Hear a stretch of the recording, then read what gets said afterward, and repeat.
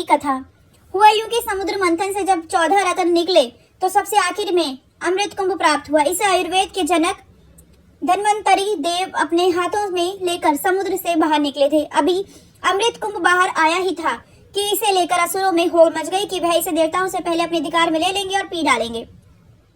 राजा बलि की सेना में उनका एक सेनापति था स्वरभानु। वह जल, स्थल और आकाश तीनों ही जगहों पर तेज गति से दौड़ सकता था। उसने अमृत कुंभ को एक पल में ही धन्वंतरी देव के हाथ से झटक लिया और आकाश मार्ग की ओर ले गया। देवताओं के दल में भी इंद्र का पुत्र जयंत उसी ओर टकटकी लगाए हुआ था। उसने जैसे ही स्वरभानु को अमृत की ओर लपकते देखा तो वह तुरंत ही कौवे का रूप धरकर उसके पीछे उड़ा और आकाश में उसके हाथ से अमृत कुंभ छीनने लगा। 4 स्थानों पर फिर अमृत गिरा। जयंत को अकेले ही कोशिश करते देख सूर्य, चंद्रमा और देवताओं के ग्रह बृहस्पति भी उनके साथ आ गए। स्वरभानु का साथ देने के लिए अन्य असुर भी आकाश मार्ग में उड़े और इन सब के बीच अमृत कुंभ को लेकर छीना झपटी होने लगी। इसी छीना झपटी के दौरान अमृत कुंभ से अमृत छलका और पहली बार हरिद्वार में गिरा। इस तरह हरिद्वार तीर्थ बन गया। दूसरी बार अमृत छलका तो वो गंगा, यमुना और सरस्वती के संगम स्थल पर प्रयाग में गिरा। इस तरह यह स्थान तीर्थ स्थल बन गया।